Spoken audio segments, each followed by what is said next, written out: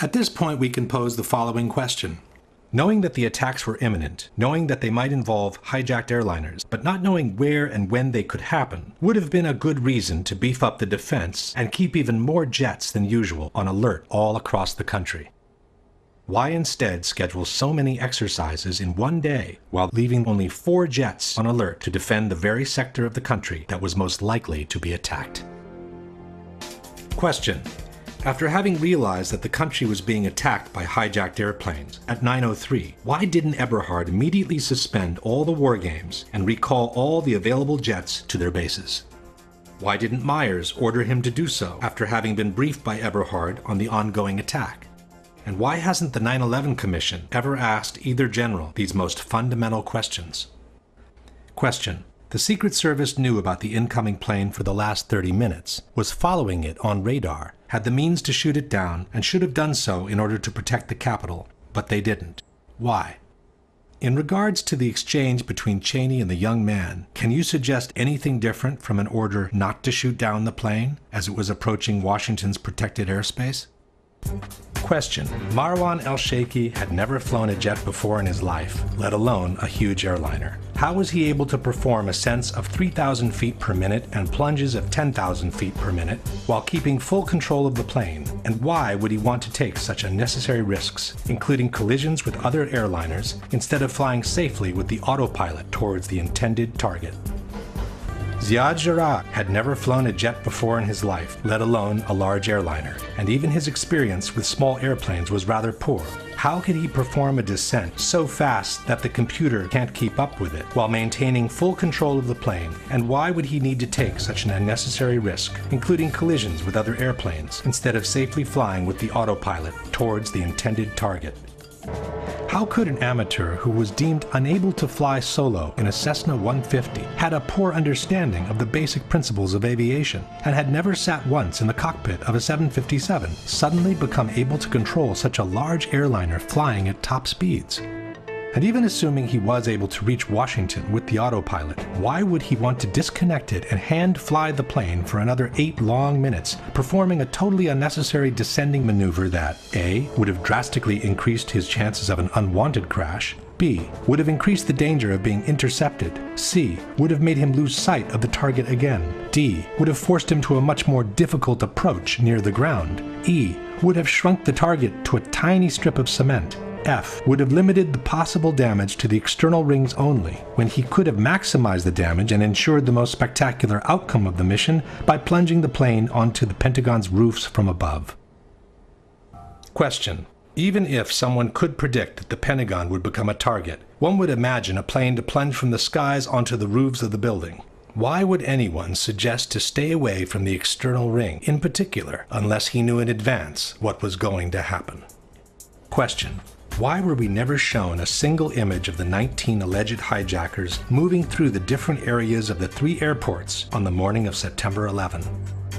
Since Washington Dulles did have security cameras at the checkpoints, why were we never shown the properly time-stamped images of the 5 terrorists boarding Flight 77 on the morning of September 11? Question. Can you produce any evidence that a Boeing 767 equipped with regular engines can fly for almost 2 minutes beyond 500 miles per hour in the lower strata of the atmosphere without suffering any visible structural damage? Can you explain how amateur pilots who had never flown a jet before in their life could maintain full control of an airliner that has exceeded the VMO by almost 200 miles per hour? And why would some terrorists who have been lucky enough to get within reach of their target want to risk the entire operation by imposing such a stress on the airplane that it would almost certainly cause them to crash before they complete their mission? Question. Given the known limitations of the cellular phone system in 2001, can you provide any evidence that the cell phone calls made by the passengers reported by the FBI could have been made from the altitudes, at the speeds, and for the durations indicated for each of them? How could Beamer be describing events that are supposed to be happening in front of his eyes, when in fact they had already happened half an hour before? How could the terrorists be preparing to take control of the flight at 9:45 when they had already been in the cockpit for more than 15 minutes? Question.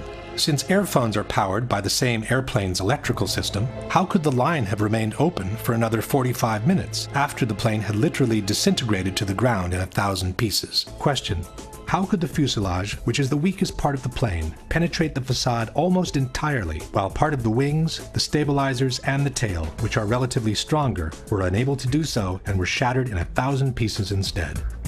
Question: can you explain what happened to the core of the two engines, which is built with components so strong and resistant to be considered practically indestructible?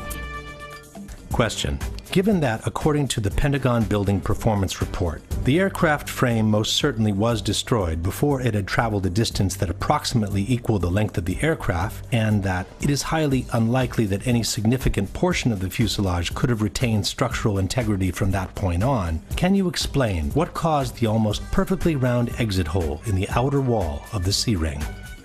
Question: given that the maximum fluctuation between the two cameras would translate in a difference of 25 feet in the position of the plane, can you provide a valid explanation for the large discrepancy between the two corresponding frames? Absent a valid explanation for this discrepancy, we must conclude that at least one of the two frames is the result of intentional manipulation or photoshopping. Question: can you explain how most of an airplane weighing 100 tons could end up buried deep underground in a hole that closed itself up before the first responders arrived? Question: since the plane was carrying 8,000 to 10,000 gallons of fuel at the time of impact, can you explain why there is no plume of black smoke rising from the ground after the initial explosion? Since the plane is supposed to have hit the ground in one piece, can you explain how it was possible for debris to be found 6 to 8 miles from the crash site on a day when only a light breeze was blowing? Question: given that they were only 20 minutes away from Washington, and for almost 6 minutes the passengers had been unable to enter the cockpit, why didn't the hijackers continue flying towards the Capitol? And even if they thought they couldn't make it to Washington, why didn't they try to crash the plane onto a small town nearby? Why crash the plane in an empty field where they knew they could not kill any more victims than those that were already on the plane with them? Question: can you provide any evidence that the fireproofing from the steel trusses was widely dislodged by the impact of the planes, which NIST has made a necessary condition for the collapses to be caused by fire?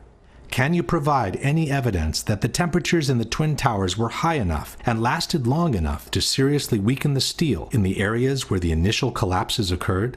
Can you explain how a sagging truss, weakened by heat, could pull and eventually break apart the structure it is attached to, with no external force being applied to it? At this point, we can pose the following question. Given that the building section above came down essentially in free fall, given that for free fall to occur, no supporting structure must be present, and given that the falling sections didn't have any extra energy to destroy the structure below, can you suggest anything different from some kind of controlled demolition for the removal of the supporting structure, which was necessary for near free fall speed to be achieved?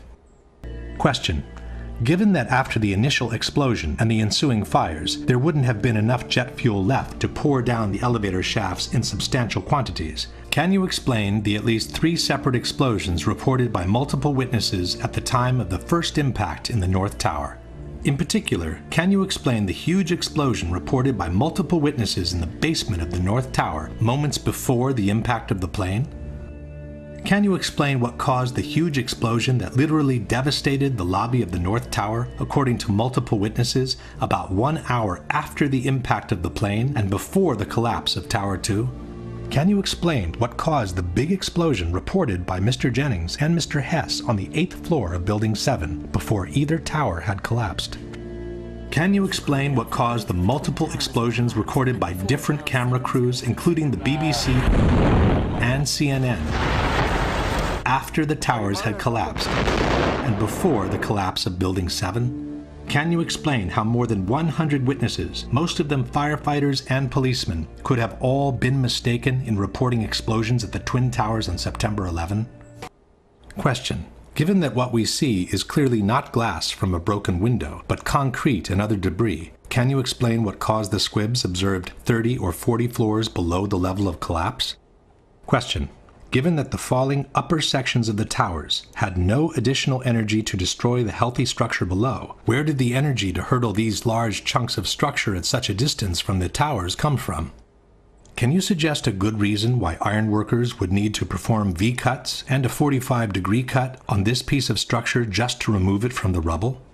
Question. Given that most of the jet fuel was burned after the impacts, given that only office fires were burning at the time of the collapses, and given that no major source of combustibles seems to have been available underground, can you offer a comprehensive explanation for the temperatures up to 2,800 degrees reported at ground zero, for the long-lasting fires underground, for the incandescent beams repeatedly extracted from the rubble, for the massive steel beams bent like a pretzel, for the molten steel and the molten concrete observed and found at ground zero as caused by the office fires and the gravitational collapses only?